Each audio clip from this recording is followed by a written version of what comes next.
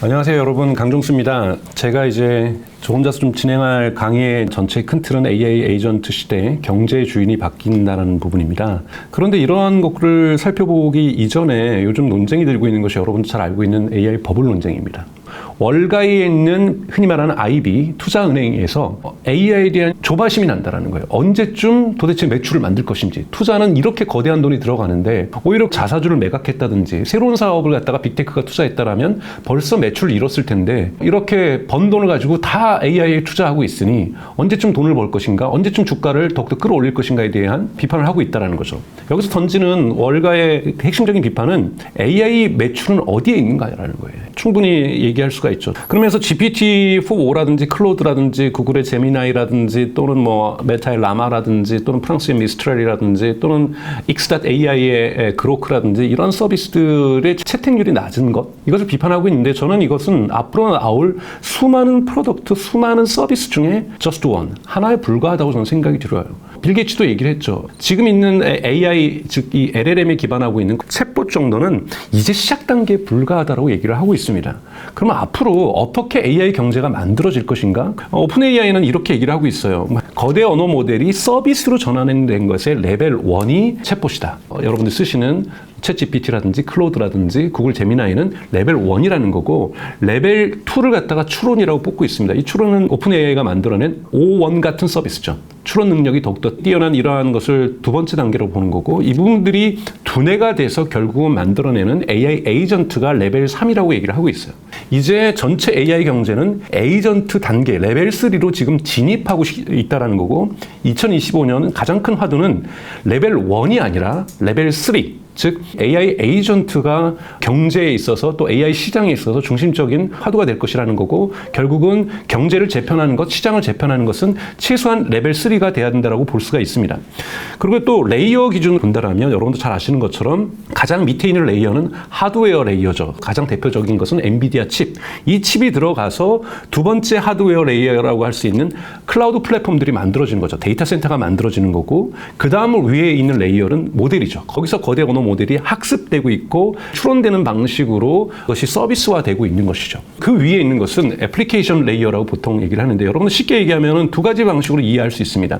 즉 인프라 두 개와 모델은 고속도로를 놓은 거라고 볼 수가 있는 거고요. 애플리케이션은 고속도로 위에 있는 차량이라고 볼 수 있는 거고 이 차량들이 결국은 많이 다녀야 물류가 이동하고 인간이 이동하면서 고속도로의 가치가 만들어지는 거고 경제가 올바로 쓰는 것처럼 아직까지 시장이 만들어지지 않았다라는 거고요. 또는 스마트폰으로 치면은 이 인프라 두 개의 레이어와 모델은 스마트폰이라고 볼 수가 있고 여러분들의 갤럭시나 아이폰을 얘기할 수 있는 거고 이 애플리케이션은 앱스토어라든지 구글 플레이라든지 여기에 있는 수많은 앱들 이제 500만 개가 넘어가고 있는 앱이라고 볼 수가 있는 거죠.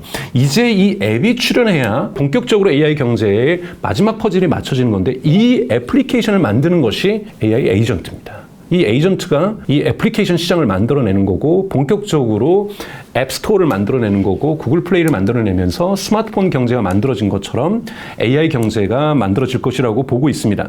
그런데 이 AI 에이전트 또는 AI를 어떻게 볼 것인가에는 지금 현재 세 가지의 관점이 있습니다. 첫 번째 관점은 젠슨 왕이 제시한 겁니다. 엔비디아의 대표 젠슨 왕은 지금 현재 AI와 관련돼서 아이폰 모멘트가 시작되고 있다. 아이폰 모멘트는 2007년이죠. 대단히 오래전이죠.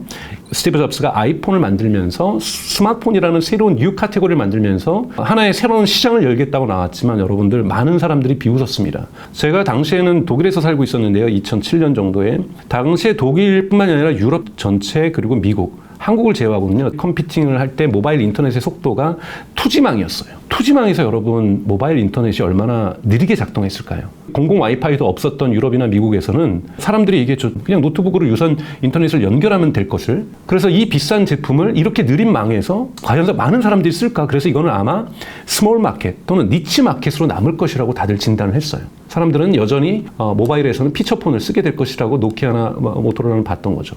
시간이 필요했었습니다. 가장 중요했던 역할을 했던 것은 스마트폰을 앱 생태계와 함께 대중시장으로 만들어진 거죠. 여러분 한번 상상을 해보십시오. 쉽게 얘기해서. 여러분 카카오톡이나 유튜브나 쿠팡이 없는 그 스마트폰을 구매하시겠습니까?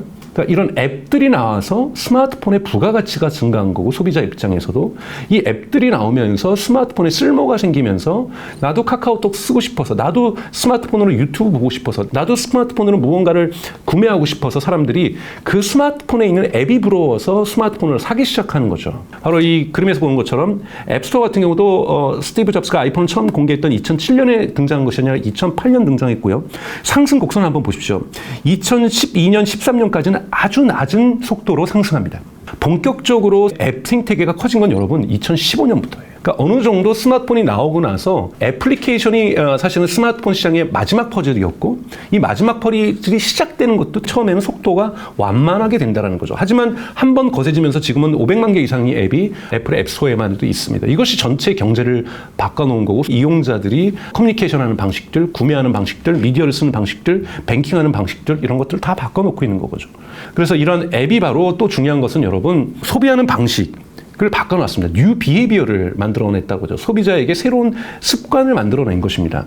그럼 젠순왕이 얘기했던 아이폰 모멘트 for AI라고 한다면 AI 모멘트가 지금 시작되고 있다는 거죠. 그의 말대로라면 단순하게 AI가 우리 생활에 좀 더 도움이 되고 경제에 도움이 되는 것이 아니라 대중시장을 만들면서 이것이 다양한 애플리케이션을 사람들이 쓰게 되면서 소비자의 생활 습관까지도 바꿔낼 때 이것이 정말로 모멘트가 될 수 있다는 얘기죠. 그렇다면 구체적으로 던질 수 있는 질문은 생성 AI 때문에 우리가 뉴 비헤이비어가 생기냐라는 거예요. 여러분 챗GPT 때문에 많은 습관이 변하고 있습니까? 조금씩은 변하고 있겠죠. 검색의 습관이 변할 수도 있고요. 그런데 여기에서 다양한 에이전트들이 나와줘야 뉴 비헤이비어가 나올 수 있다는 거예요. 금융을 하는 방식이 바뀌고, 미디어를 소비하는 방식이 바뀌고, 커머스를 하는 방식이 바뀌는 것, 이것이 가능해지기 위해서는 좀 시간을 기다려볼 필요가 있다는 거고, 이러한 새로운 뉴 AI 서비스가 나올 때만이 비로소 가능해질 수 있고, 이 AI 서비스를 만드는 것, 애플리케이션을 만드는 것, 기반 기술이 바로 AI 에이전트라고 우리가 정리할 수 있습니다. 이것이 첫 번째 관점이에요. 그러니까 AI를 바라보는, 또는 AI 에이전트를 바라보는 첫 번째 관점이 아이폰 모멘트다. 즉 작은 원 프로덕트, 원 서비스에 시작했지만 거대한 경제와 사회의 재편을 가져올 것이다. 두 번째 관점은, 이건 저의 관점인데요. 우선은 빅테크 기업들이 가지고 있는 철학이 저는 크게 두 종류로 나뉘고 있다고 저는 생각이 들어요. 첫 번째는 구글과 메타가 하는 겁니다. 이건 뭐냐면 컴퓨터가 당신이 어떤 일을 하는 걸 도와줄 거다. 그러니까 인간이 하는 거가 아니라 여러분, 컴퓨터가 우리가 어떤 일을 처리하는 것을 도와준다. 즉 당신이 어떤 일을 하고자 한다면 컴퓨터가 도와준다. 여기서 컴퓨터라는 건 월드와이드 웹도 될 수 있고 앱도 될 수 있습니다. 우리의 시간을 아껴주고, 그래서 우리 인간을 위해서 뭔가를 대신해 주는 거죠. 두 번째 기술 철학은 애플과 마이크로소프트가 갖고 있는 겁니다. 우리가 조금 더 일을 더 잘하게 해주는 거예요.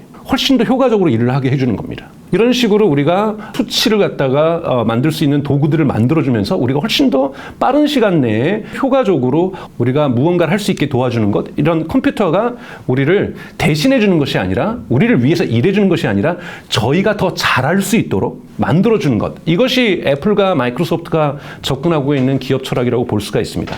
그래서 기본적으로 컴퓨터는 인간을 도와주는 거고 인간을 대체하는 것이 아닙니다. 차이가 있는 거죠. 물론 구글도 이 메타의 철학은 대체하는 건 아니지만 인간의 시간을 대체해 준다든지 인간을 위해서 대신해 주는 것들이 있는 거고, 이 애플과 마이크로소프트는 요즘 용어로는 증강시켜 주는 거죠. 이런 부분의 차이가 분명히 있을 거라고 볼 수 있습니다. 그러면 AI를 바라보는 모든 기업에 접근하는 방식은 무엇이 되어야 될 것인가? 즉 첫 번째 방식이 되어야 될 것인가?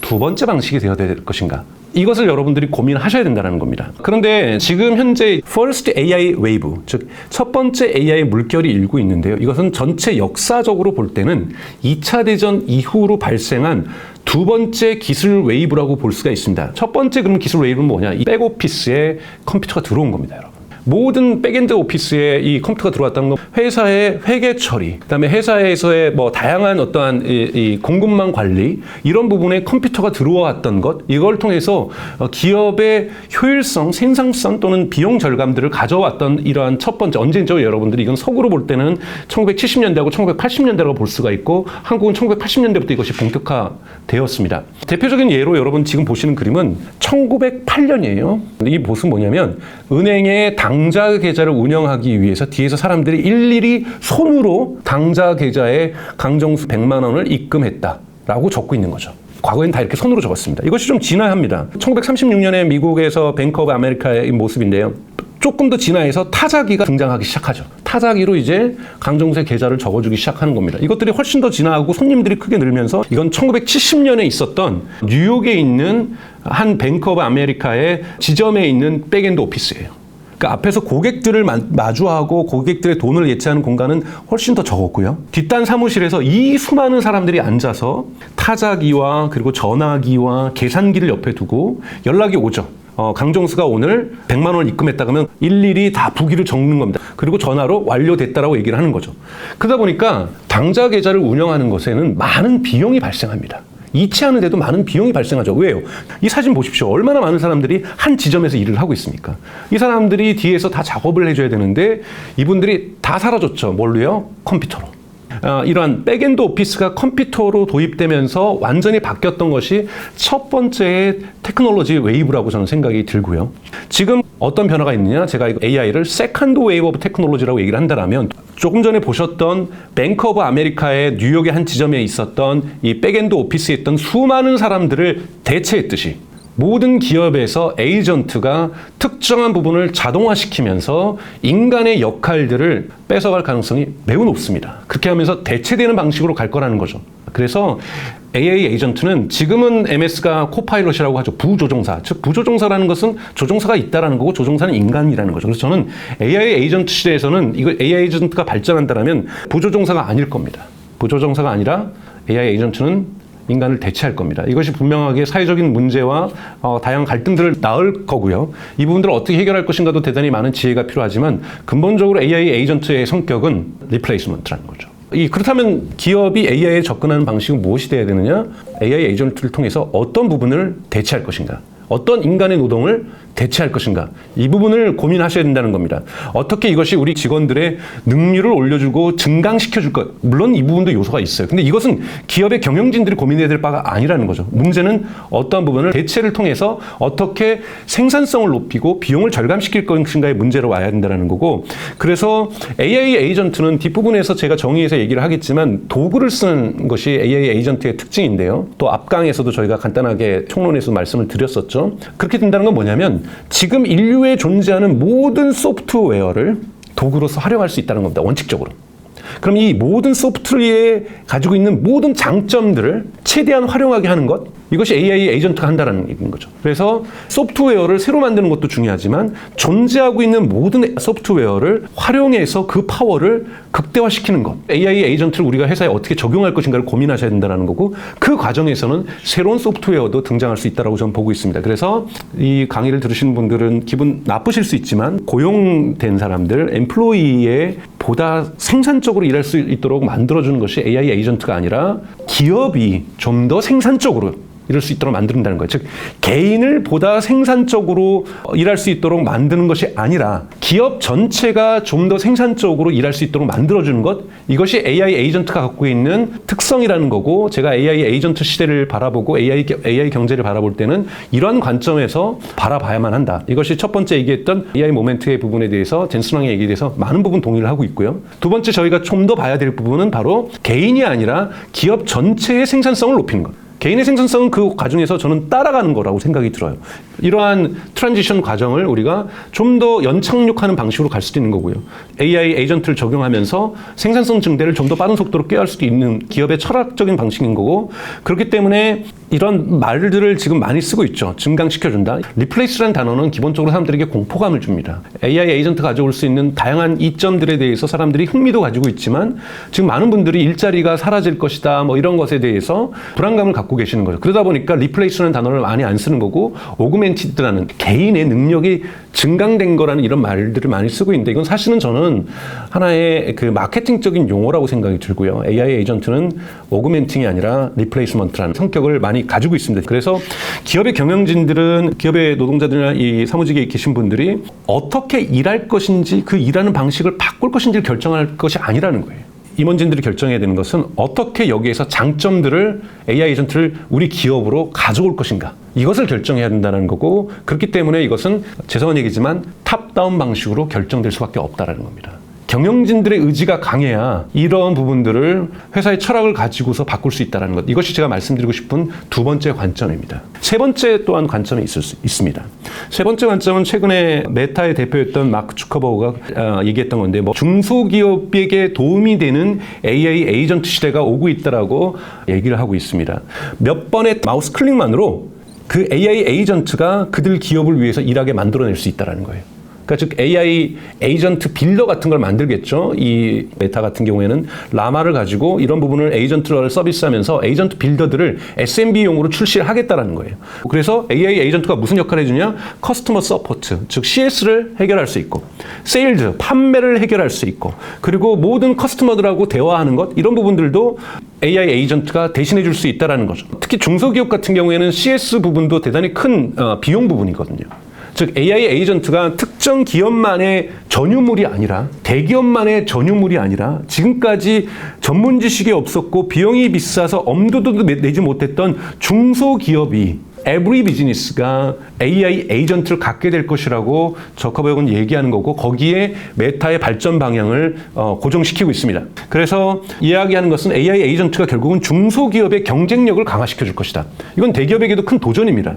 중소기업은 전문적인 마케터가 없고 전문적인 R&D가 없고 이런 것들 때문에 사실은 성장에서 많은 어려움들이 있거든요. 빅히트 치는 상품을 내더라도 이걸 지속 가능하게 발전시켜 나가기 되게 어렵습니다. 그런데 이제 그들이 에이전트를 도입을 해서 대기업하고 똑같은 수준은 아니지만 중소기업이 못 갖고 있었던 마케팅 전문가를 고용할 수 있는 거고요. 이러한 여러 가지 일들이 발생하면서 중소기업의 경쟁력 강화가 AI 에이전트의 가장 큰 특징이라고 저커버그는 얘기하고 있고, 저는 이것은 AI 에이전트를 바라보는 제3의 관점이라고 생각이 듭니다.